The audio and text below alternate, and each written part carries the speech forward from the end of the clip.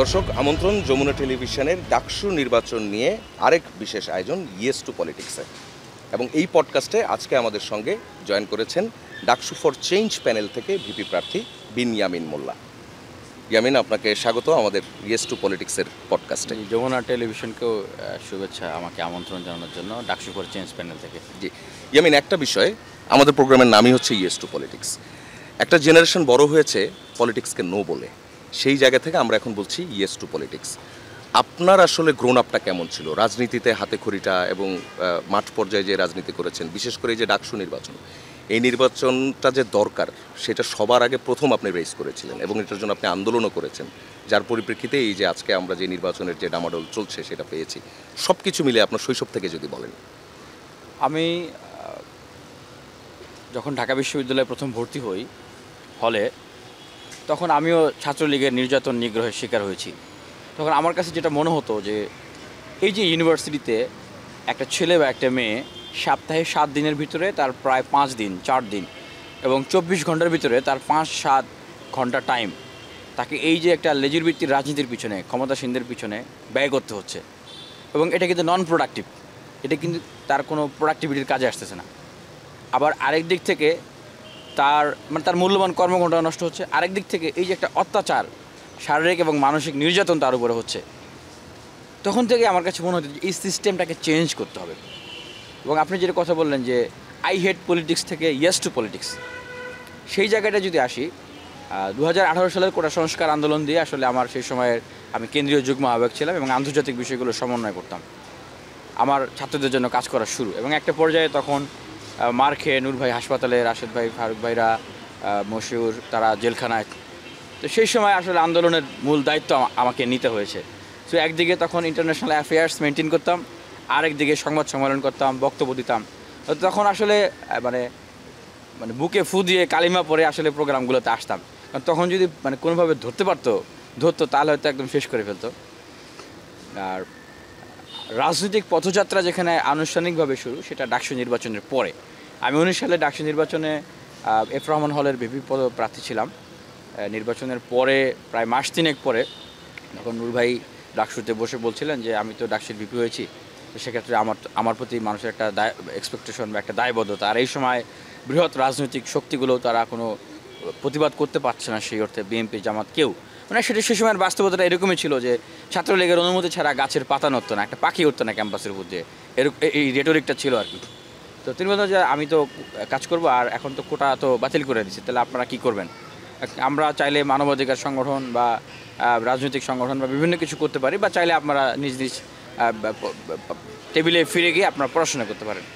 তো তখন আমি বলছিলাম যে আমরা রাজনীতি করতে পারি, এবং তখন আমাদেরকে অনেকেই এই পরামর্শ দিতেন, যাদের অনেকেই এখন উপদেষ্টা আছেন, বাংলাদেশে গুরুত্বপূর্ণ পত্রপত্রিকা বিভিন্ন গুরুত্বপূর্ণ ব্যক্তি আছেন, এবং ইন্টারন্যাশনালিও অনেক গুরুত্বপূর্ণ ব্যক্তিরা আমাদেরকে সাজেস্ট করতেন যে দেখেন, এই সময় তো তোমরা যা করতেছো তোমরা হয়তো নিজেরাও বুঝতেছো কি বা বুঝতেছো না যে একটা ভ্যাকিউম আছে এখন, তোমরা এই ভয়েসটা কন্টিনিউ করো, এই প্ল্যাটফর্মটাকে কন্টিনিউ করো, এবং এটা একটা সময় দেশের জন্য অনেক বড় একটা উপকার হবে। আমি সেটা স্মরণ করে দিলাম সবাইকে, যেহেতু আমি এই রিলেশনগুলো অনেক অংশে মেনটেন করতাম।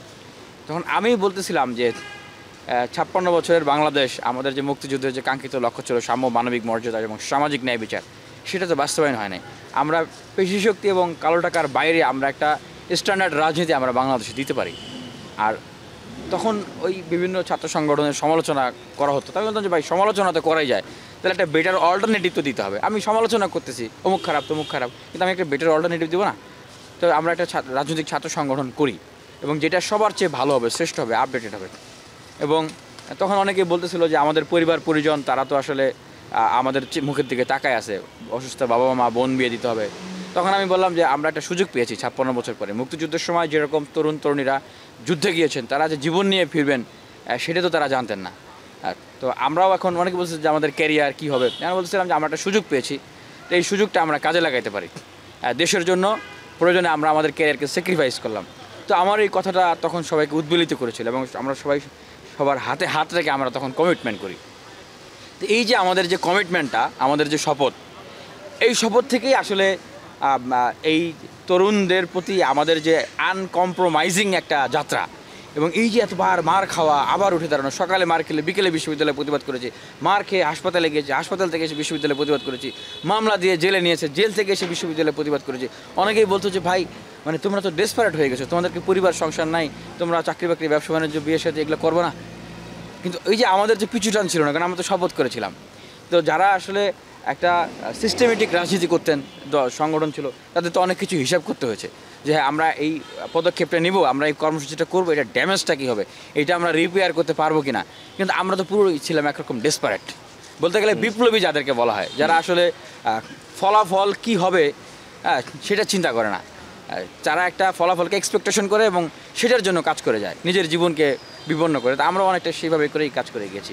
তো আপনি যে প্রশ্নটা করলেন যে আই হেট পলিটিক্স থেকে ইয়েস টু পলিটিক্স, তা আমাদের কাছে মনে হয়েছে যে সেই সময় বিশেষ করে যে ডাকসু ছিল, নূর ভাই ভিপি ছিলেন, একটা ছাতা ছিল যেখানে দলমত নির্বিশেষে প্রতিবাদী আমরা সবাই সেখানে কথা বলতে পেরেছি।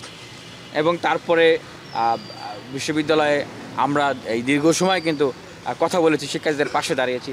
এবং সেই সময় হলগুলোতে অত্যাচার নির্যাতন হতো প্রায় ছাত্র শিবির, ছাত্র দল বা ছাত্র পরিষদ বা বিভিন্ন কথা বলে শিক্ষার্থীদেরকে নির্যাতন করা হতো।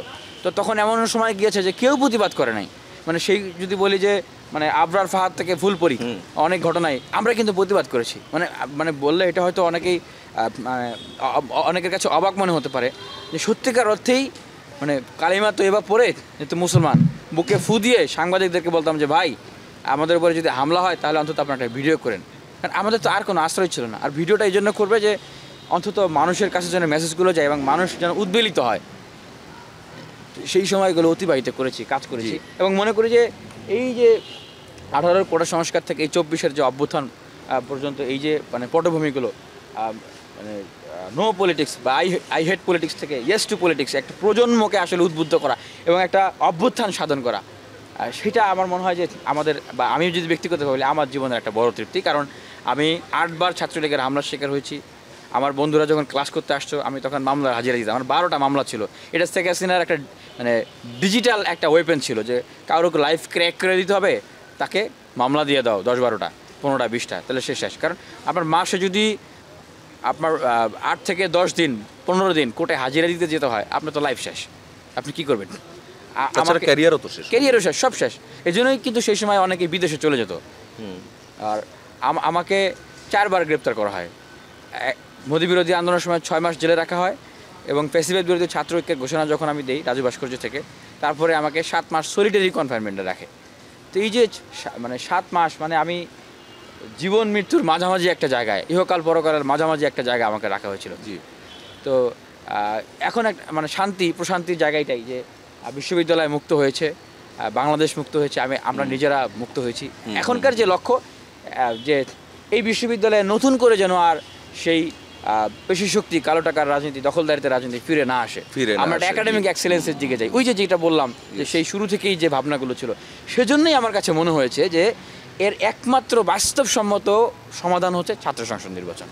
এবং যেহেতু বিগত সময়ে আমরা এই বিষয়গুলো অভিজ্ঞতা লাভ করেছি, এটাই আমি জানতে চাচ্ছিলাম যে 5 আগস্টের পর আপনি তো প্রথম আন্দোলনটা করেছিলেন ডাকসু নির্বাচনের প্রয়োজনীয়তার কথা বলে। আমি এভাবে বলবো না যে আমি একাই আসলে আন্দোলনটা করেছি। ঢাকা বিশ্ববিদ্যালয়ের আরও অধিকার সচেতন এবং রাজনৈতিক সচেতন শিক্ষার্থীরা ছিলেন যারা আমার সাথে ছিলেন, আমি তাদের সাথে ছিলাম। তবে দীর্ঘদিন থেকেই আমরা এই আন্দোলন বা এই কথাগুলো বলে আসছিলাম। কিন্তু আমি যেটা দেখছিলাম যে বললাম যে অভিজ্ঞতা বিগত সময়ে দেখছিলাম যে বিশ্ববিদ্যালয়টা আসলে দখল হয়ে যাচ্ছে, কিন্তু অনেক শিক্ষার্থীরাই সেটা বুঝতে পারছিলেন না। তাই জন্য ভালোই তো আছে, কেউ তো কিছু বলে না, কিন্তু তলে তলে সব দখল হয়ে যাচ্ছিল। তখন আমার কাছে মনে হলো যে না, এটা ভালো একটা ফাইট দিতে হবে, নাহলে এই ডাকসু নির্বাচনটা দিবে না। এবং শেষ পর্যন্ত আমি একরকম মানে অনেকেই বলতেছিল যে মানে পাগলাম, আমি কিন্তু আমরণ অনশনে করি এবং শিক্ষার্থীরা তখন ব্যাপকভাবে আমার পাশে থাকে এবং এই আন্দোলনের সমর্থন দেয়। শেষমেশ এই নির্বাচনটা হচ্ছে, আপনার প্যানেলের নাম ডাকসু ফর চেঞ্জ। কি ধরনের চেঞ্জ আপনার আনার পরিকল্পনা অথবা ইশতিহারে কি বলছেন?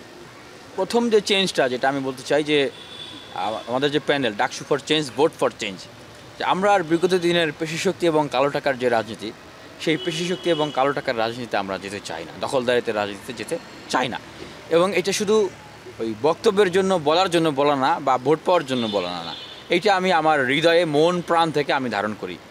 অনেকেই বলছিলেন যে ভাই আপনি ডাকসুর জন্য এত ফাইট করতেছেন, ডাকসু যদি হয় আপনি কি জিতবেন, আপনি কি বিপি হবেন, যে আপনি ডাকসুর জন্য এত মরণপণ ফাইট করতেছেন, আপনার চেয়ে তো অনেক বড় বড় সংগঠন আছে, অনেক মানে পরিচিত ফিগার আছে, তারা তো 7 দিন তাদের সংগঠন নিয়ে 5 দিন 3 দিন আন্দোলন করলেই তো বিশ্ববিদ্যালয়ের প্রশাসন ডাকসু দিতে বাধ্য হয়। কই তারা তো কেউ আসতেছে না, আপনি কেন এত ফাইট করতেছেন? তো এটা আসলে আমি হৃদয় থেকে ধারণ করি। আর আমি ডাকসুতে ভিপি হব এই জন্যই আসলে এত লড়াই সংগ্রাম করি নাই। আর বিগত দিনেও যে লড়াই সংগ্রাম করেছি এটি আমি আসলে আমার ব্যক্তি বা গোষ্ঠী স্বার্থের জন্য করি নাই। এই যে দেখেন, একসময় বিশ্ববিদ্যালয়ে ছাত্র শিবির ছিল না, ছাত্র শিবির এখন ডাকসুতে কম্পিটিশন করছে। 19 সালে কিন্তু তারা ছিল না। ছাত্রলীগ ছিল, ছাত্রলীগ নাই। শিক্ষার্থীরা নির্ভয়ে কিন্তু এখন কম্পিটিশন করতে পারতেছে ডাকসুতে, 19 সালে কিন্তু পারে নাই সেটা। এটাই আসলে মনে করি যে মানে আমার যে স্যাক্রিফাইস, আমার আসলে ভালো লাগা। এবং এই যে ডাকসু হচ্ছে বিউটি অফ ডেমোক্রেসি ঢাকা বিশ্ববিদ্যালয়ের। একজন প্রথম বর্ষের শিক্ষার্থীও বিশ্ববিদ্যালয়কে নিয়ে ভাবতেছে, তারা ক্যান্ডিডেট হচ্ছে। প্রত্যেকটা শিক্ষার্থীর হাতে আগামী দিনের ঢাকা বিশ্ববিদ্যালয়ে বিনির্মাণের ক্ষমতা। এর চেয়ে বিউটি অফ ডেমোক্রেসি তো ঢাকা বিশ্ববিদ্যালয়ের হয় না। এটাই তো আমার বড় বিজয়, এটাই তো আসলে আমার সবচেয়ে বড় আত্মতৃপ্তি। ইয়েস, আমরা এই যে আমাদেরও যে একটা ডিবেটের প্ল্যাটফর্ম আছে, সেখানেও আমরা দেখছিলাম এই যে দ্য স্টুডেন্টস ভয়েস নাম যেটার, সেখানেও আমরা দেখছিলাম যে ডিবেট হচ্ছে, কিন্তু শেষ হওয়ার সাথে সাথে সবাই আবার এক ধরনের একটা ঐক্যবদ্ধ একটা ব্যাপার। এবং এই যে সবগুলো ছাত্র সংগঠন বলেন, আপনার প্যানেলগুলো বলেন, এবং স্বতন্ত্র যারা নির্বাচন করছে, নির্বাচনের জায়গা থেকে এবং হচ্ছে যে বিশ্ববিদ্যালয়ের স্টুডেন্টের জায়গা থেকে তাদের যে একটা আলাদা একটা যে সৌহার্দ্যের জায়গাটা আমরা দেখছি, এই সৌহার্দ্যটা আপনারা কিভাবে মেনটেন করতে পারছেন? দেখেন, একটা আমার স্লোগানটা দিয়েই বলি যে no more dirty politics, no more violence, make the DUCSU for academic excellence. তো নো মোর ডার্টি পলিটিক্সটা বলার উদ্দেশ্য ছিল যে আমরা বিগত সময়ের মতো সেই তিক্ত রাজনীতিতে যেতে চাই না। এখন ধরেন আপনি বললেন যে হ্যাঁ না ভাই আমি ভালো থাকবো, আমি তোমাকে মারবো না, কিছু করবো না, কিন্তু ক্ষমতার ধর্মই হচ্ছে যে এখানে ব্যালেন্স অফ পাওয়ার লাগে। যখন আমার সাথে 100 জন আছে, আপনার সাথে 10 জন আছে, তখন এই যেভাবেই হোক এরা বলবে যে ভাই বাচ্চা তো 10 জন, ওদের একটা গুঁতা দিয়ে আসি, একটা ঠেলা দিয়ে আসি, স্বাভাবিকভাবেই এটা হয়। তো সেক্ষেত্রে এখানে আপনার ব্যালেন্স অফ পাওয়ার দরকার। আমি যদি বলি যে ঢাকা বিশ্ববিদ্যালয়ে কোনো রাজনীতি থাকবে না, ঢাকা বিশ্ববিদ্যালয়ে কোনো রাজনৈতিক সংগঠন থাকবে না, আধিপত্য থাকবে না, এটা বললেই তো হবে না ভাই। ঢাকা বিশ্ববিদ্যালয়ের এই যে পাখি উঠতেছে, এই পাখিও পলিটিক্যাল, একটা ইট সেটাও পলিটিক্যাল, গাছের পাতাও পলিটিক্যাল। আপনি সেখানে কীভাবে নন পলিটিক্যাল আলাপ করেন যে বিশ্ববিদ্যালয় অরাজনৈতিক হবে? এটা ইম্পসিবল, কোয়াইট ইম্পসিবল। এরিস্টটল বলেছেন না যে মানুষ মাত্র সামাজিক এবং রাজনৈতিক জীব, এটা মহাসত্য। তো এর চেয়ে বড় দার্শনিক মানে কেউ হইতে চাইলে এটা মনে হয় বিশ্ববিদ্যালয়ের শিক্ষার্থীদেরকে বোকা বানানো হবে আর কি। তো সেখান থেকে বলছি ব্যালেন্স অফ পাওয়ার দরকার। বিশ্ববিদ্যালয়ে ছাত্র রাজনীতির ফরম্যাটটা কী হবে এইটা ঠিক করতে হবে। সেই জায়গাটাই আমি বলতেছি যে আমরা বিগত সময়ে দেখতাম যে হল কেন্দ্রিক, একাডেমিক, এরিয়া কেন্দ্রিক কমিটি দিয়ে একটা আধিপত্য বিস্তার, ছেলেমেয়েরা রাতে শান্তিতে ঘুমাইতে পারতো না, মধ্যরাতে তুলে যে স্লোগান দেয়, মানে এইরকম একটা অবস্থা, তুলে গেছে যা এই কাজটা করে আস। তো সেইটা আমরা করতে চাই না। এবং বিশ্ববিদ্যালয়ে আমরা বিগত সময় যে দেখেছি যে এমন মিটিং মিছিল হচ্ছে যে মিটিং মিছিলের সাথে বিশ্ববিদ্যালয়ের ছাত্রদের অধিকার, ছাত্রদের স্বার্থ এটার কোনো সম্পর্ক নাই। দেশের যে সার্বিক স্বার্থ এটার সাথে কোনো সম্পর্ক নাই। সেটা মানে নিতান্তই কোনো জাতীয় রাজনীতির ব্যক্তিকেন্দ্রিক বা কোনো একটা স্বার্থকেন্দ্রিক কোনো একটা বিষয়, যেটা শিক্ষার্থীদের বিরক্ত এবং শিক্ষার্থীদের জন্য আসলে ক্ষতির একটা বিষয়। এই ধরনের প্রোগ্রাম কর্মসূচি আমরা বিশ্ববিদ্যালয়ে চাই না। দেখেন, আমরা যে গণতান্ত্রিক মূল্যবোধের কথা বলি, কেন আমাদের ভিতরে গণতান্ত্রিক সহনশীলতা নাই? দেখেন, ছাত্র সংগঠনগুলো নিজেদের ভিতরে যদি গণতান্ত্রিক চর্চা না থাকে, ইন্টারনাল ডেমোক্রেসি, আমি কিন্তু ইলেক্টেড প্রেসিডেন্ট ছাত্র অধিকার পরিষদের, এই কারণে কিন্তু এই যে ডাকসু বা গণতন্ত্র এক্সারসাইজ এগুলো আমাদের ভালো লাগে, আমার ভালো লাগে। আমরা এগুলোকে ভয় পাই না, আমরা এগুলোকে অ্যাকসেপ্ট করি এবং এগুলোকে আমরা প্রমোট করি। কিন্তু যাদের এই কালচারগুলো নিজেদের ভিতরে নাই, তাদের কিন্তু একটা আতঙ্ক কাজ করে, কারণ তারা তো এই রাজনীতিতে অভ্যস্ত না, এই পলিটিক্সে অভ্যস্ত না, এবং হেরে যদি যায় তাহলে তারা মনে করে তাদের রাজনীতি শেষ। তো সেই জায়গা থেকে আমরা মনে করি যে অবশ্যই ছাত্র সংগঠনগুলোকে বিশ্ববিদ্যালয়ে যারা কাজ করবেন তাদের নির্বাচন প্রক্রিয়া ভিতর দিয়ে নির্বাচিত হইতে হবে, এবং তাদের শিক্ষার্থীদের অধিকার এবং ছাত্র কল্যাণমূলক কার্যক্রম থাকতে হবে। কেবলমাত্র জাতীয় রাজনীতি যেটার সাথে বিশ্ববিদ্যালয়ের সম্পর্ক নাই, বিচ্ছিন্ন ঘটনাগুলো নিয়ে ক্যাম্পাস প্রোগ্রাম কর্মসূচি করা যাবে না। আর যে বিষয়গুলো বলতে চাই যে আমাদের ভিশন 1 স্টুডেন্ট 1 বেড 1 টেবিল। কেন আমরা এই ভিশন দিলাম?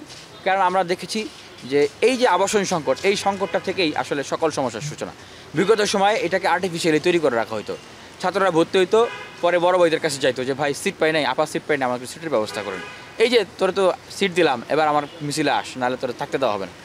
আমরা সেটা সমাধান করতে চাই এবং এটা খুবই সম্ভব। কারণ বিশ্ববিদ্যালয়ে যদি প্রত্যেকটা ছেলে মেয়ে প্রত্যেকটা শিক্ষার্থী যদি একটা সিট থাকে, তার কিন্তু তাহলে আর ওই কারো পিছনে ঘুরতে হবে না। আর আমরা ইমিডিয়েটলি যেটা করতে চাই, প্রথম বর্ষ দ্বিতীয় বর্ষের অনেক শিক্ষার্থীরা এখন আবাসন পান নাই, বিশেষ করে ঢাকার বাইরে থেকে যে নারী শিক্ষার্থীরা আসেন তারা কিন্তু খুবই একটা অনিরাপদ এবং সংকটের ভিতরে আছেন। তাদের জন্য জরুরি ভিত্তিতে আবাসনের ব্যবস্থা করা, যতদিন না হয় আমরা আবাসন বৃত্তির ব্যবস্থা করতে চাই।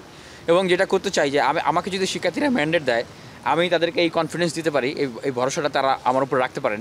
যেভাবে ফাইট করেছি ডাকসুর জন্য, আমরণ অনশন করেছি, শিক্ষার্থীদেরকে সাথে নিয়ে ডাকসুকে সফল করেছি, ঠিক ডাকসুকে আইন করে ক্যালেন্ডার ইভেন্ট করার জন্য সেভাবে করে কাজ করব। প্রতি বছর বছর যেন ডাকসু হয়।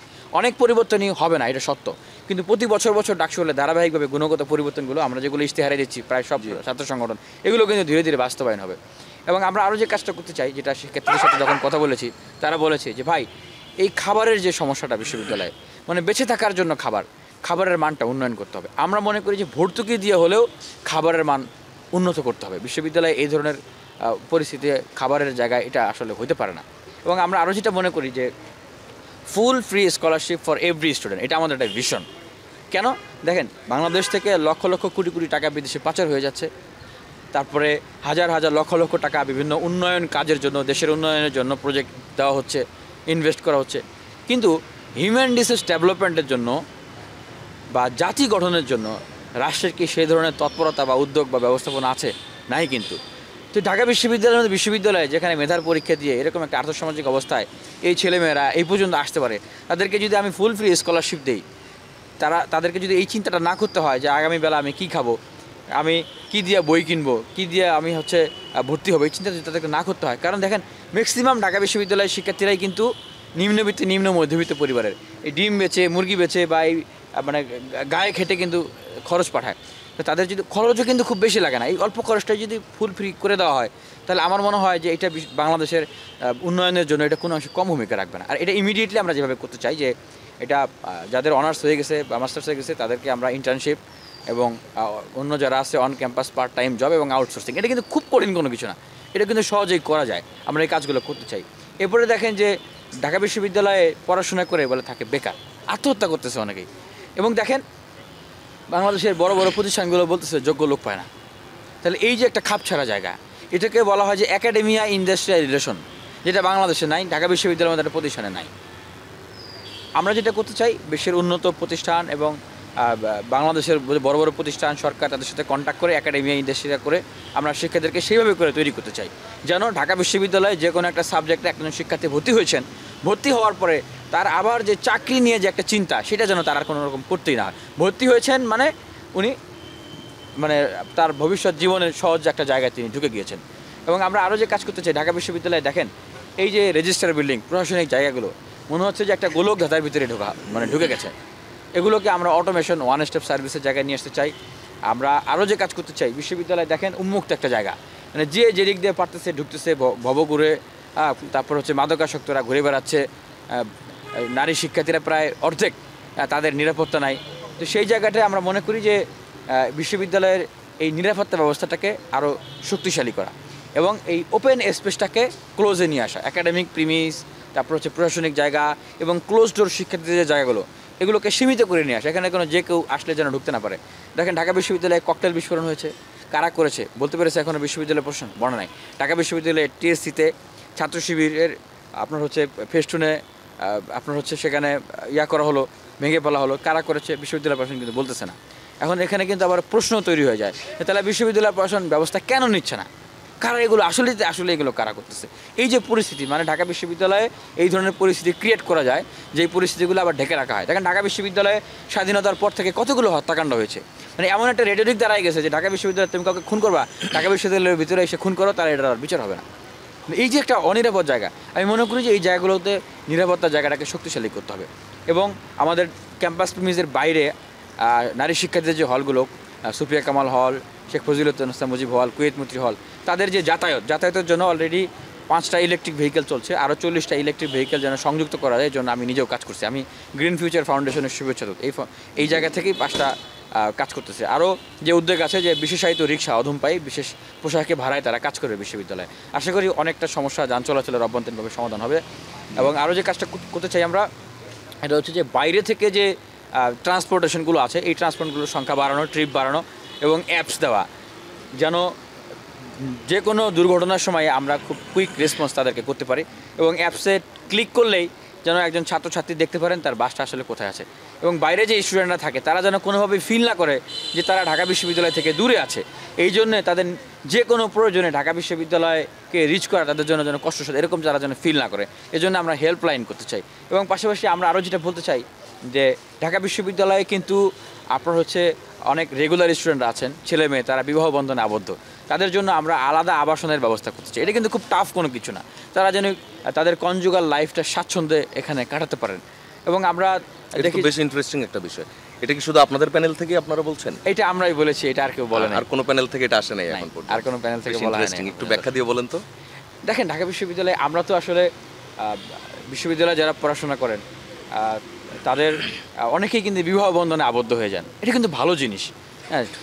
তাহলে এই জিনিসটাকে যদি আমরা সামাজিকভাবে এটাকে আমরা ভালো বলি, প্রমোট করি, তাহলে বিশ্ববিদ্যালয়ে দেখেন বিবাহিত একটা ছেলে হয়তো রোকেয়া হলে থাকতেছে, আর একটা ছেলে হয়তো এফ রহমান হলে থাকতেছে। কারণ ছেলে মেয়ে তারা তো দুজন একটা হলে থাকতে পারে। আর এই সংখ্যাটা ভালো একটা সংখ্যা, কিন্তু আবার অনেক বড় সংখ্যা না যেটা বিশ্ববিদ্যালয়ের জন্য খুব কষ্টসাধ্য। তাহলে তাদের জন্য আমরা কেন একটা আলাদা হল করে দিতে পারি না? আমি আগে জানতাম যে ইন্টারন্যাশনাল হলে এই সুবিধাটা ছিল,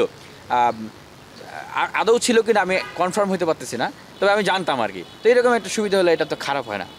আর আরও যেটা বলতে চাই যে এই যে ঢাকা বিশ্ববিদ্যালয়ে সার্বকার যে উপদ্রব আর মশার যে উপদ্রব, মানে একটা সময় হয় যে সার্বকার কামড়ে ঘুম হয় না, আবার বাড়িতে গেলে অভ্যাস হয়ে গেলে যে সার্বকার না কামড়ে বলে ঘুম হয় না, এরকম একটা পরিস্থিতি যেটা বলে আর কি ছাত্রছাত্রীরা মজা করে। তো এইটা যেন, এগুলো যেন না থাকে। আমরা আরেকটা গুরুত্বপূর্ণ বিষয় বলতে চাই যে ঢাকা বিশ্ববিদ্যালয়ে এই অভ্যুত্থানের সময় যারা আগে ছাত্রলীগ করতেন, যেহেতু আমি ডাকসুর ভিপি এবং আমার প্যানেল, আমাদের তো রিকনসিলিয়েশন বা এই যে ঢাকা বিশ্ববিদ্যালয়ের যে রাজনৈতিক যে আপনার হচ্ছে স্টেবিলিটি বা রাজনৈতিক রিকনসিলিয়েশন, এটা নিয়ে তো আমাদের অবস্থান অবশ্যই থাকতে হবে। আমার মনে হয় এই বিষয়টা নিয়েও কোনো প্যানেল সুনির্দিষ্টভাবে কোনো কিছু বলে নাই। তা আমাদের অবস্থান হচ্ছে যে যারা অভ্যুত্থানের সময় পদত্যাগ করেছে, বিবেকের তাড়নায় বাস্তবতার মুখোমুখি হয়ে বা তার মানবিক প্রবৃত্তির জায়গা থেকে যারা অভ্যুত্থানে অংশগ্রহণ করেছে, বিদ্রোহ করে এসছেন, যাদের নামে বিগত সময়ে কোনো ফৌজদারি অপরাধ নাই, অবশ্যই তারা ঢাকা বিশ্ববিদ্যালয়ে চলবেন, কাজ করবেন। তারা ঢাকা বিশ্ববিদ্যালয়ে রাজনীতি করতে চাইলে তারা তাদের মতো করে তারা অভ্যুত্থান পরবর্তী মহান মুক্তিযুদ্ধের চেতনা, জুলাই অভ্যুত্থানের চেতনাকে ধারণ করে রাজনীতি করবেন। তাদেরকে যেন কেউ ওই দাবার গুটি না বানায়, হ্যাঁ, ট্যাগিং দিয়ে তাদের যে অধিকারকে হরণ করা, সেটার জন্য না করে, সেটার জন্য আমরা সচেতন থাকব। তবে অবশ্যই ঢাকা বিশ্ববিদ্যালয়ে বিগত সময়ে যারা ফৌজদারি অপরাধ করেছেন, অভিযুক্ত করেছেন, বা যারা ছাত্রলীগের পদ থেকে পদত্যাগ করেন নাই, এখনও ষড়যন্ত্র চক্রান্ত করছেন, হ্যাঁ, তাদের বিষয়েও আমাদের কিন্তু তৎপরতা অব্যাহত থাকবে। আর যেটা বলতে চাই যে ঢাকা বিশ্ববিদ্যালয়ে আমরা শুধু অভ্যুত্থানের সময়ের কথাগুলোই বলি, কিন্তু অভ্যুত্থান পূর্ববর্তী সময়ে এই বিগত 16 বছরে যেই ছাত্রছাত্রীরা নির্যাতিত হয়েছেন, নিপীড়িত হয়েছেন, জেল জুলুম, হামলা মামলার শিকার হয়েছেন, বা অনেককেই ছাত্রলীগ অত্যাচার করে মানে মেরে ফেলেছে, যতগুলো হত্যাকাণ্ডের ঘটনা ঘটেছে, সাম্য হত্যা থেকে শুরু করে আবু বকর, হাফিজুর মোল্লা, আমরা প্রত্যেকটা ঘটনার আমরা সুষ্ঠু তদন্ত এবং আমরা সেটার বিচার করতে চাই। এবং যারা ক্ষতিগ্রস্ত হয়েছেন, আমি নিজেও কিন্তু মেজর ডিপ্রেসিভ ডিসঅর্ডারে আক্রান্ত হয়েছি, এবং জালাল নামে একটা ছেলে যে বিবি ক্যান্ডিডেট, হ্যাঁ, তাকে কিন্তু সে কিন্তু এখন জেলে আছে। আমি কিন্তু তাকে চিনি, সেই 18 সালের কোটা সংস্কার আন্দোলন থেকে আমি তাকে চিনি। সে সময় আন্দোলনের সক্রিয় ছিলেন, কিন্তু পরবর্তীতে একটা সময় আওয়ামী লীগের সময় তাকে তুলে নিয়ে যাওয়া হয়, তাকে কারেন্টের শক দেওয়া হয়, টর্চার করা হয়। তখন থেকেই সে ততলিয়া কথা বলে, সে মানে মানসিকভাবে অনেকটা মানে অস্বাভাবিক হয়ে গিয়েছে। আর আমারও কিন্তু মেজর ডিপ্রেসিভ ডিসঅর্ডারে আমি আক্রান্ত হয়েছিলাম। কিন্তু মানে অত্যন্ত দুঃখ এবং হতাশার বিষয়, ঢাকা বিশ্ববিদ্যালয়ের প্রশাসন থেকে আজ পর্যন্ত কেউ কোনোদিন এই বিষয়গুলো খোঁজখবর নেয় নাই। যেহেতু আগে তো আপনার রিকগনিশন, তারপর হচ্ছে আপনার এই বিচার করা, তদন্ত করা, এই বিষয়গুলো কোনো রিকগনিশনই হয় নাই, কোনো রিকগনিশনই হয় নাই আজ পর্যন্ত।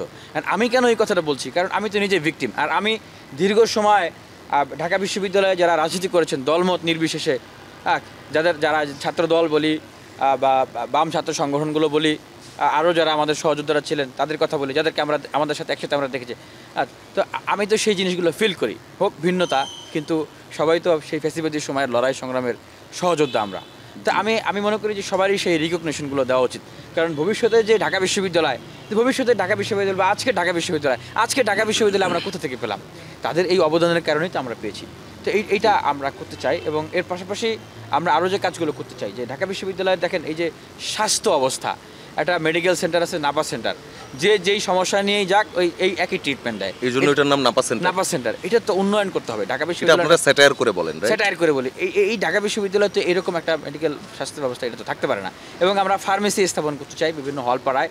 পাশাপাশি আমরা আরও যে কাজগুলো করতে চাই, যে এই ঢাকা বিশ্ববিদ্যালয়ে দেখেন অনেক ভবন আছে, মনুমেন্ট আছে, অনেক বিউটি মনুমেন্ট আছে, যেগুলো অনেক সময় শিক্ষার্থীদের উপর ভেঙে পড়ে, মসজিদ পর্যন্ত ভেঙে পড়তেছে। হ্যাঁ, এগুলো টেম্পার টেস্ট করা এবং এগুলোকে সংস্কার করতে হবে, পুকুরগুলোকে সংস্কার করতে হবে। এবং এই ঢাকা বিশ্ববিদ্যালয়ে দেখেন অনেক সংগঠন আছে, টিএসসি ভিত্তিক সংগঠন, আপনার ডিবেটিং সোসাইটি, আপনার হচ্ছে কালচারাল সোসাইটি, আপনার হচ্ছে সাংবাদিক সমিতি, ক্রীড়া শিল্প সাহিত্য, এবং টিএসসির বাইরেও এই ধরনের সংগঠন আছে।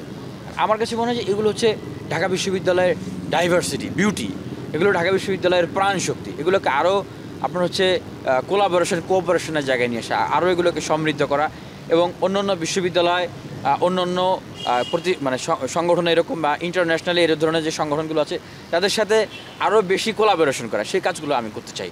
এবং ঢাকা বিশ্ববিদ্যালয়ে দেখেন এখানে ডান বাম মধ্যমপন্থী বিভিন্ন মতাদর্শ লালন করে এরকম অনেক শিক্ষার্থী আছেন, বা অনেক রাজনৈতিক ছাত্র সংগঠন আছে। তা আমি যেটা মনে করি যে সবাইকে সাথে নিয়ে আমরা যেন ঢাকা বিশ্ববিদ্যালয়ে পথ চলতে পারি, সবাইকে ধারণ করে আমরা যেন পথ চলতে পারি, কাউকে বাদ দিয়ে না, কারো রাজনৈতিক অধিকার চিন্তার অধিকার যেন ঢাকা বিশ্ববিদ্যালয়ে হরণ না হয়, সেই রকম একটা ঢাকা বিশ্ববিদ্যালয় আসলে বিনির্মাণ করতে চাই। এবং দেখেন 19 সালে সেই ডাকসুর সময় ছাত্রলীগ কিন্তু একটা চিঠি লিখে নিয়ে এসেছিলো সাইন করে সবাই মিলে, নূর ভাইকে দিচ্ছিল যে ধর্মভিত্তিক রাজনীতিকে নিষিদ্ধ করতে হবে, ছাত্রলীগের রাজনীতিটাকে ডাকসু থেকে নিষিদ্ধ করতে হবে। তখন আমি বাম পাশে বসা, নূর ভাই বলতেছে যে মোল্লা কী করবো? আমি বললাম যে ভাই এটা করা যাবে না। আমি বলতেছিল না করলে তো আমার তো এখন শিবির বানাই দেবে, এখন তো আমার আমরা এটা কীভাবে এটাকে সামলাবো? বললাম যে ভাই আপনি এটা বলবেন যে এখানে অন্য মতাদর্শের যেরকম অ্যাডভোকেসি হতে পারে, ধর্মভিত্তিক মতাদর্শের কেন অ্যাডভোকেসি হতে পারবে না? আপনি এই বক্তব্য দেবেন। আমরা কিন্তু তখন এটা হইতে দেই। তো সেইখান থেকে বলতে পারি যে এই ধরনের কোনো পরিস্থিতি আমরা হইতে দেবো না। এখানে বিভিন্ন রিলিজিয়াস ব্যাকগ্রাউন্ড, আপনার হচ্ছে বিভিন্ন রেস, কাস্ট, জেন্ডার, যে যেরকমই থাকুক না কেন, শিক্ষার্থী হিসেবে তার অধিকারকে সংরক্ষণ করব, যেটা আমরা আজকে ইশতেহারে দেওয়ার জন্য বলতেছি না, যেটা আমরা বিগত সময় থেকেই আমরা করে আসতেছি। আর এখন আমাদের ইশতেহারে যে কথাগুলো আছে, আমাদের ইশতেহারের কথাগুলো কিন্তু আমরা হুট করে এসে আজকে বলতেছি না। এই ইশতেহারের দাবিগুলো কিন্তু এই বিগত 8 বছর থেকে করে আসতেছে। এই যে বটতলায় আমরা প্রোগ্রাম করতেছি না, এই জায়গায় এই বটতলায়, হ্যাঁ 2023 সালে এইখানে এই ইশতেহারে যে পয়েন্টগুলো আছে এই পয়েন্টগুলো নিয়ে এখানে কর্মসূচি করছি। এইখানে ডাকসু নির্বাচনের দাবিতে কর্মসূচি করছি। চাকরির আবেদন ফি যেন 200 টাকা করা হয়, এই জন্য আমরা দাবি জানিয়েছি। পিএসসি সংস্কার, কোটা সংস্কারের যে দাবি, সেগুলো নিয়ে আমরা এখানে সেই সময় কথা বলেছি। ট্রান্সপোর্টেশন সংকট, এগুলো নিয়ে আমরা সেখানে কথা বলেছি। শতভাগ আবাসন নিয়ে সেখানে কথা বলেছি। তা আমাদের কিন্তু এই বিষয়গুলো নিয়ে কথা বলা নতুন না। যেটা হচ্ছে যে আমি শিক্ষার্থীদের উদ্দেশ্যে যে কথাটা বলতে চাই যে আমার যে প্রত্যেকের যে একটা ফিলোসফি নিয়ে কাজ করে, আমার যে ব্যক্তিগত ফিলোসফির জায়গা ছিল সেটা থেকে অর্ধেক সাকসেসফুল, যে আপনার হচ্ছে এই দখলদারিত্বের রাজনীতি, ফ্যাসিবাদী শক্তি, এগুলোকে বিতাড়িত করা এবং একটা একাডেমিক এক্সেলেন্সের বিশ্ববিদ্যালয়, অর্ধেক তো সফল হয়েছি এবং বাকি অর্ধেককে সফল করা এখন সুযোগ এসছে এই ছাত্র সংসদ নির্বাচন। যদি শিক্ষার্থীরা আসলে ম্যান্ডেট দেন তাহলে বাকি অর্ধেক ইনশাল্লাহ তাদেরকে সাথে নিয়ে সফল করতে পারবো। এবং আমরা দেখছি যে ছাত্রদলের যিনি ভিপি ক্যান্ডিডেট, উনি বলছেন যে 9 সেপ্টেম্বর ছাত্রদলের ভূমিধস বিজয় হবে। ছাত্র শিবিরের যিনি ভিপি ক্যান্ডিডেট, তিনি বলতেছেন যে ছাত্র শিবিরের ব্যালট বিপ্লব হবে। এখন 9 সেপ্টেম্বর ভাই যদি ছাত্রদলের ভূমিধস বিজয় হয়, ছাত্র শিবিরের ব্যালট বিপ্লব হয়, তাহলে আমাদের কি হবে? আমাদের বিজয়টা কোথায়? আমরা কার কাছে যাব? অন্য শিক্ষার্থী যারা আছেন বা অন্যান্য রাজনীতি যারা করেন বা যারা করেন না, কোনো কিছুই করেন না, তাদের আসলে কি হবে ভাই? শিক্ষার্থীরা কি আসলে ছাত্রদলকে জেতানোর জন্য ডাকসুতে ভোট দিতে আসবে 9 সেপ্টেম্বর? I don't think. শিক্ষার্থীরা কি ছাত্র শিবিরকে জেতানোর জন্য ভোট দিতে আসবে 9 সেপ্টেম্বর? I don't think. আমি মনে করি যে শিক্ষার্থীরা তাদেরকে জেতানোর জন্য আসবে। যাকে ভোট দিলে শিক্ষার্থীরা জিতবে, শিক্ষার্থীরা তাদেরকে ভোট দিতে আসবে। শিক্ষার্থীদের এই যে আমানত, যিনি সংরক্ষণ করতে পারবেন, অতীতেও শিক্ষার্থীদের সাথে ছিলেন, বিপদে পাশে ছিলেন, সেই ফিলোসফি, সেই বাস্তবতা, যার উপর ভরসা করতে পারেন এবং ভবিষ্যতের দিনগুলোতেও শিক্ষার্থীরা যার উপর এই ট্রাস্টটা রাখতে পারেন যে যাকে ভোট দিয়ে নেতা বানালে তিনি বিপদের সময় নাই হয়ে যাবেন না, শিক্ষার্থীরা তাদের সেই প্রকৃত বন্ধুদেরকে সিলেক্ট করতে পারবেন। আমি আপনি ভোটের কথা বলছিলেন, সেই জায়গায় আমাদের একটা রিপোর্টও এরকম একটা ক্যালকুলেশন উঠে এসছে। সেটা হচ্ছে যে একজন শিক্ষার্থী 41টা ভোট দিবেন, এবং যেই পরিমাণ কেন্দ্র এবং বুথের সংখ্যা সেটা হিসাব করলে আমরা দেখতে পাচ্ছি একজন শিক্ষার্থী 12 সেকেন্ড সময় পাবেন 41টা ভোট দেওয়ার জন্য। সেই ক্ষেত্রে কি উৎসবমুখর পরিবেশে ভোট দেয়া এই পুরো বিষয়টা কি ম্যানেজ করা সম্ভব? এখন পর্যন্ত পরিস্থিতি কি মনে হচ্ছে? দেখেন, আমরা অনেক ধরনের মতামত বিশ্ববিদ্যালয় প্রশাসনকে দিয়েছিলাম, কিন্তু ওই যে আমি যেটা বলছি যে আমরা বিগত সময় তো রাজনীতি করে এসেছি, তা আমরা তাকালেই বুঝতে পারি যে এখানে কি হচ্ছে, যেটা হয়তো অনেকেরই বুঝতে অনেক সময় লেগে যায়। যেমন আমি বলেছিলাম যে ছাত্র সংসদ নির্বাচন এটা আটকে রাখা হচ্ছে, এটা দেওয়া হচ্ছে না। শিক্ষার্থীরা অনেকে বুঝতে পেরেছিলেন, অধিকার সচেতন তারা কিন্তু আমাদের সাথে আন্দোলন করেছেন। অনেকেই এখন বুঝতেছেন যে কিরে কত তো সত্য যে এখানে যে মানে অনুষঙ্গ প্রসঙ্গগুলো তৈরি করে রাখা হয়েছিল, ককটেল বিস্ফোরণ, হঠাৎ করে হলে হলে কমিটি দিয়ে একটা ক্যাওয়াজ লাগিয়ে সহিংসতা তৈরি করা, যখন এগুলো সম্ভব হচ্ছে না হাইকোর্টের গায়ে বন্দুক রেখে ছাত্র সংসদ নির্বাচনকে আটকিয়ে দেওয়া। আর আপনি যেটা বললেন যে এরকম আরও অনেক বিষয় আছে, যেমন ছুটি দিয়ে দেওয়া হয়েছিল, তো এগুলো কার সাথে আলোচনা করে ছুটি দিয়েছেন ওনারা? তো এগুলো হচ্ছে যে বিশ্ববিদ্যালয় প্রশাসন যে প্রভাবিত হয়ে গেছে, তারা মানে যারা এতদিন নির্বাচনটা হতে দেয় নাই, কারণ নির্বাচনটা হলে স্বাভাবিকভাবেই তাদের জেতার সম্ভাবনা কম থাকে। আর ক্ষমতা হাতে চলে আসলে কেউ ক্ষমতা হারাইতে তো চায় না, ক্ষমতা তো আসেই আমার হাতে। আবার যখন শিক্ষার্থীদের চাওয়ার প্রেক্ষিতে তফসিল দিতে বাধ্য হলেন, যারা মানে অনৈক্য ছিলেন তারা ঐক্য হতে বাধ্য হলেন, তখন তারা সর্বশক্তি নিয়োগ করতেছে তাদের যারা ক্যান্ডিডেট আছে তাদেরকে জিতিয়ে আনার জন্য। এটা কিন্তু মানে এখনকার পরিবেশ পরিস্থিতি দেখলেই বুঝবেন, মানে এমনভাবে হাইপ ক্রিয়েট করা হচ্ছে যে মানে তারা জিতে গেছে, যে অমুক না তমুক, মানে এর বাইরে আর কোনো কিছু নাই। ঠিক আমরা 19 সালে নির্বাচনের সময় দেখেছি যে অনেক পত্রিকা মানে পরের দিন নিউজও ছেপে ফেলেছে, পাবলিশ হয়েছে যে বিপি হয়েছে রেজওয়ানুল হক চৌধুরী শোভন। তো এই যে মানে মেকানিজমগুলো তাদের জন্য কাজ করতেছে এবং মানে পুরো শক্তি তাদের জন্য কাজ করতেছে। একটা প্রশ্ন করতে চাই আমি ভাই, এই প্রশ্নটা আপনারা দেখায়েন এবং শিক্ষার্থীদের উদ্দেশ্যে করতে চাই যে ওনাদের যে এত শক্তি, হ্যাঁ, ওনাদের যে এত প্রভাব, ওনাদের এত লজিস্টিক, ওনাদের এত নেতাকর্মী এতদিন কোথায় ছিল? এই 11 মাস পরে কেন ডাকসু? আপনারা যদি রাজপথে নামতেন তাহলে তো অনেক আগেই ছাত্র সংসদ নির্বাচন হয়ে যেত। এটা হচ্ছে বাস্তবতা। তা আপনি যেটা বললেন যে এখানে এই জিনিসগুলো হচ্ছে, দেখুন লাইব্রেরিতে গিয়ে বারবার ছাত্রদলের ভিপি ক্যান্ডিডেট উনি আচরণবিধি ভঙ্গ করতেছেন। সেদিন অন ইয়ারে একটা টক মানে শোতে ওনাকে আমি চ্যালেঞ্জ করলাম যে এটা আচরণবিধি ভঙ্গ কিনা, উনি বললেন না, এবং উনি বারবার একই কাজটা করতেছেন। এই যে উদ্যততা, মানে এই যে আপনার হচ্ছে ডন কেয়ার, এটা কোথা থেকে আসে? কারণ উনি জানেন যে ওনাকে কেউ কিছু করতে পারবেন না কাজ করা। তো এখনও তো ওনারা পাওয়ারেই আসেন নাই, উনি এখনও ডাকসুর ভিপি হন নাই, তার আগে এই ডন কেয়ার শিক্ষার্থীদেরকে কাজ করা দেখা। কিন্তু তারপরও আপনাদের সবার মধ্যে তো একটা কমন একটা ঐক্যের জায়গা আছে, তাই না? এই নির্বাচনকে কেন্দ্র করে দেখেন, কমন ঐক্যের জায়গা তৈরি করা হয়েছে। কমন ঐক্যের জায়গাটা সবার মানে ভালো লাগা ভালোবাসার জায়গা থেকে আসে নাই। যখন শিক্ষার্থীরা ডাকসুর জন্য তীব্রভাবে চাওয়া শুরু করলেন, আমরা ডাকসুর জন্য ফাইট করতেছি, তখন তারা যদি ডাকসুর পক্ষে না থাকে তখন কি হয় বিষয়টা? তারা তো শিক্ষার্থীদের একদম বিপক্ষে চলে যায়, তখন তো তাদের রাজনীতির আসলে থাকে না। এটাই হতো বাস্তবতা, যেটা ঢাকা বিশ্ববিদ্যালয়ের রাজনৈতিক সচেতন শিক্ষার্থীরা কিন্তু বোঝে। আচ্ছা, আরেকটা বিষয়, ইশতেহার তো আপনারাও দিচ্ছেন এবং প্রার্থীরা সবাই ইশতেহার দিচ্ছে, 470 জন প্রার্থী সবাই কিন্তু যার যার মতো করে ইশতেহার দিচ্ছে। এটা আসলে কতটুকু বাস্তবায়ন পসিবল, অথবা ডাকসুর প্যানেল থেকে এটার এখতিয়ার কতটুকু আছে, নাকি আপনাদের হচ্ছে যে প্রেশার গ্রুপ হিসেবে what do you think actually? আচ্ছা ভাই, ঢাকা বিশ্ববিদ্যালয়ের শিক্ষার্থীদের কি এই এখতিয়ার আছে ডাকসু নির্বাচন দেওয়া? নাই। তাহলে আমরা তো শিক্ষারা আমরা কীভাবে করে ডাকসু আদায় করলাম? প্রেশার গ্রুপ হয়ে আদায় করেছি। ঠিক ডাকসুতে যারা থাকবেন তাদের সামাজিক সাংস্কৃতিক কো-কারিকুলার শিক্ষার্থীদের সমস্যাকে অ্যাড্রেস করা, বিশ্ববিদ্যালয় প্রশাসনের সাথে আলোচনা করা, এখতিয়ারের ভিতরে এই কার্যক্রমগুলো আছে। কিন্তু এখতিয়ারের পরিমণ্ডলের বাইরে তাদের সবচেয়ে বেশি যে কাজ করার জায়গা ডাকসুর গ্রহণযোগ্যতার জায়গাটা, ডাকসুতে যারা নির্বাচিত হয়ে আসেন তাদের সদিচ্ছার জায়গাটা, তাদের স্পিরিটের জায়গাটা, সেটা যদি তারা ধারণ করতে পারেন তাহলে তারা আরও প্রেশার গ্রুপ হয়ে অনেক কিছু করতে পারেন। এবং আমি মনে করি যে ঠিক অভ্যুত্থান পরবর্তী এই সময়ে মানে আমি যে ফিলোসফি নিয়ে শিক্ষার্থীদের জন্য কাজ করতে চাই, যেটা মনে প্রাণে আসলে আমি ধারণ করি, সেই সুযোগটা যদি আমি পাই, আমরা যদি পাই, আসলে এই বিশ্ববিদ্যালয়কে আমরা যে স্বপ্নের ক্যাম্পাসে চাই সেই স্বপ্নের ক্যাম্পাসের দিকে অনেকটা নিয়ে যাওয়া সম্ভব। আমি বলবো না যে পুরোপুরি আপনাকে স্বপ্নের কল্পনার রাজ্যে আমি নিয়ে যাব, যেটা আপনি বললেন যে অনেকেরই ইশতেহার বা অনেকেরই বক্তব্য শুনে মনে হচ্ছে যে কল্পনার জগতে এই মতো হয় মাত্র ঢুকলাম। ভাই আমি কিন্তু কল্পনার জগৎ থেকে বলতেছি না, উই হ্যাভ এ রিয়েলিটি। আমাদের একটা বাস্তবতা আছে, আমরা বিশ্ববিদ্যালয়ে ফাইট করে আসছি, কি করা যায়, কি বাস্তবায়ন করা যায় আর কি যায় না সেটা আমরা জানি। এক ডাকসু নির্বাচনী 11 মাসে আদায় করা যায় নাই, হ্যাঁ, আর আপনারা এত এত ইশতেহার বাস্তবায়ন করে ফেলবেন। তার মানে আমি বলছি না যে সব কিছু করা যাবে, কিন্তু অনেক কিছুই করা যাবে, ফাইট করলে অনেক কিছু করা যাবে।